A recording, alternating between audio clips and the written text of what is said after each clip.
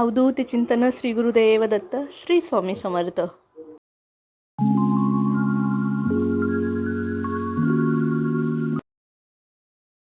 वर्षाचा पहिला दिवस म्हणजेच नवीन वर्षाला सुरुवात झाली.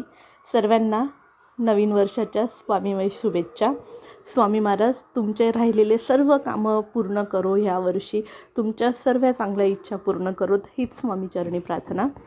तर आम्ही निघालो संध्याकाळी निर्भयला स्विमिंगला सोडायला आणि त्याची स्विमिंग झाल्यानंतर आम्ही मठात जायला निघालो. तर मला माहीत नाही की इकडे एवढी गर्दी असेल, पण नवीन वर्षाचं खूप गर्दी होती. तर आम्ही इकडे पोचलो मठामध्ये. शिवाजीनगरचा जो मठ आहे ठाण्यामध्ये, तर आम्ही तिकडे पोचलो.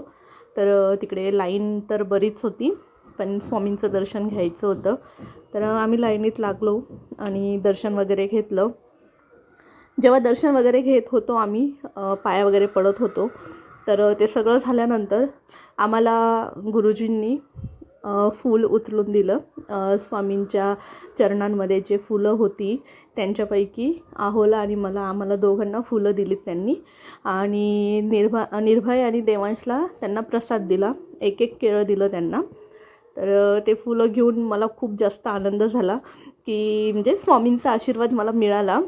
तर मी खूप जास्त खुश होती आणि ते फुलं असे बराच वेळ असं हातात घेऊन बघते आणि नामस्मरण करते, श्री स्वामी समर्थ, श्री स्वामी समर्थ, असं सगळं माझं चाललं होतं. तुम्हाला पण समजू शकतात की स्वामींच्या इथून आपल्याला जर एखादं फूल किंवा असं काहीतरी मिळालं तर आपला आनंद खूपच जास्त होतो. तर स्वामींचं मला आशीर्वाद मिळाला पहिल्या दिवशीच. तर मग ते आशीर्वाद वगैरे घेतला, फुलं वगैरे घेतली आणि थोडा वेळ तिथे थांबलो आणि मग नंतर निघायला लागलो. तर देवांशचं चालू होतं, सारखं देवांश बोलतच होता स्वामी समर्थ, स्वामी समर्थ. आणि खूप दिवसानंतर देवांश पण मठात आला आहे माझ्यासोबत, तर त्यालाही बघून खूपच आनंद झाला. तर ते सगळं करत करत आम्ही थोडंसं पुढे आलो. तर मला बोललेत की आपण उपवन साईडने जाऊया. तर उपवन साईडने येतो आहे आम्ही आता रात्रीचं. तर इकडचं वातावरण पण खूप चांगलं आहे आणि खूप मस्त वाटतो आणि मोठा तलाव आहे. ठाणेकरांना तर माहितीच आहे उपवन तलाव. तर तो उपवन तलाव बघत मस्त गंमत करत असं सगळं आणि स्वामींचं दर्शन झालेलं, त्याच्यामुळे एकदम तो वेगळाच आनंद पण होता. असं पॉझिटिव्ह एनर्जी होती आपल्यासोबत. जो असं करत करत आम्ही मस्त प्रवास करत येत होतो. त्याच्यात देवांश बोलतो, मला भूक लागली आहे, मला खायचं आहे. आणि रस्त्याने जेवढे हॉटेल दिसत आहेत, देवांश प्रत्येक हॉटेलला सांगतो आहे, पप्पा या हॉटेलला चला, पप्पा त्या हॉटेलला चला. आम्ही सरळ जातो आहे आणि हे लेफ्ट साईड जे आहेत इकडे येऊरचं डोंगर आहे आणि त्या साईडला बोरवलीचा नॅशनल पार्क आहे. तर आम्ही तिकडे नाही गेलो, सरळ आपण उपवन लेकच्या इकडे जातो आहे आता. तर तिकडे पण आम्ही थांबलो नाही, कारण जर देवांशने बघितलं असतं ना तिकडे ते खेळणी वगैरे या सगळ्या गोष्टी, तर देवांश परत तिकडे गेला असता आणि तो लवकर निघालाच नसता आणि आम्हाला थांबायचं नव्हतं ह्यावेळेस. तर आम्ही कंटिन्यू पुढे जायचाच प्रयत्न करत होतो, त्याला दाखवत पण नव्हतो. आणि उपवन तलाव बघा रात्रीचा अजून किती सुंदर वाटतं आहे. ते पाणी पण एकदम शांत झालं आहे आणि त्या मोठ्या मोठ्या बिल्डिंग्स, त्यांची ती पूर्ण छवी त्या पाण्यामध्ये दिसते. तर खूप सुंदर वाटतं संध्याकाळचं, तर खूपच छान वाटतं आहे. आणि इकडे लाईटिंग वगैरे पण खूप छान बनवली आहे. आणि संध्याकाळी काहीतरी टायमिंग मला एवढा माहीत नाही, पण इकडे संध्याकाळी मस्त कारंजा पण उडतात कलरफुलमध्ये. तर ते पण खूप सुंदर वाटतं संध्याकाळचं. आणि थोडंसं पुढे गेलं की तिकडे हॉटेल्स वगैरे आहेत, बसायला पण आहे, तर ते पण खूप सुंदर वाटतं. आणि तिकडे पण असं म्हणजे खायला पाहिजे असं व्यवस्थित, म्हणजे मला आवडत नाही तसं सगळं असतं, सो ते जंक फूड वगैरे ते काही खात नाही. पण इकडे खूप व्हरायटीमध्ये तुम्हाला फूड्स पण मिळतं आणि इकडे खेळणी वगैरे पण खूप असतात. तर देवांश जर गेला ना तर लगेच त्याचं सुरूच होतं, हे पण ते पण ते पण सगळंच घ्यायचं असतं आम्हाला. म्हणून आम्ही तिकडे उतरलोच नाही आणि सरळ निघालो उपवन तलाव वगैरे करून.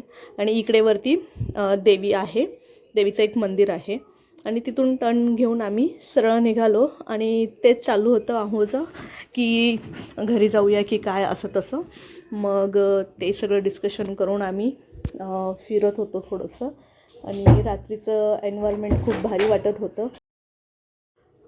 आणि तसंच संध्याकाळचा मस्त आनंद घेत थंडी थंडी हवा खात खात आम्ही प्रवास मस्त करतो आहे.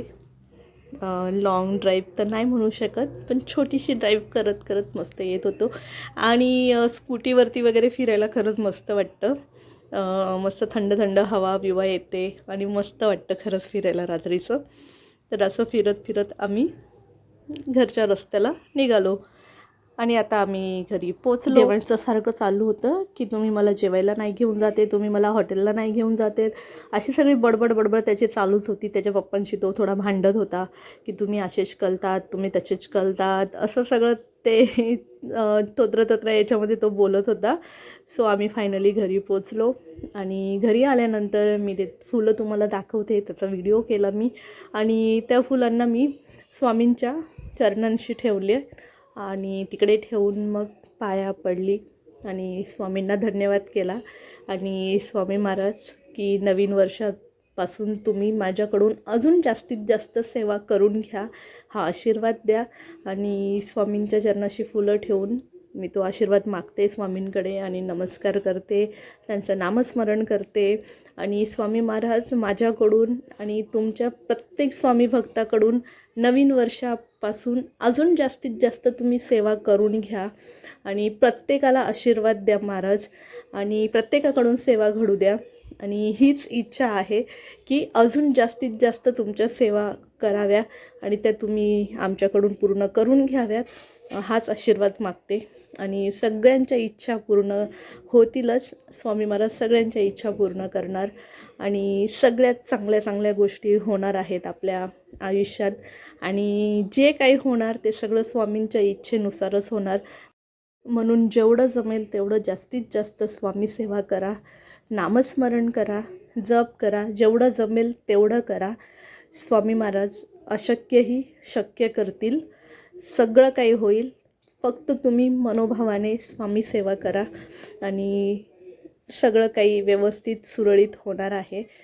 तर तुम्हाला सगळ्यांना नवीन वर्षाच्या खूप खूप खूप शुभेच्छा.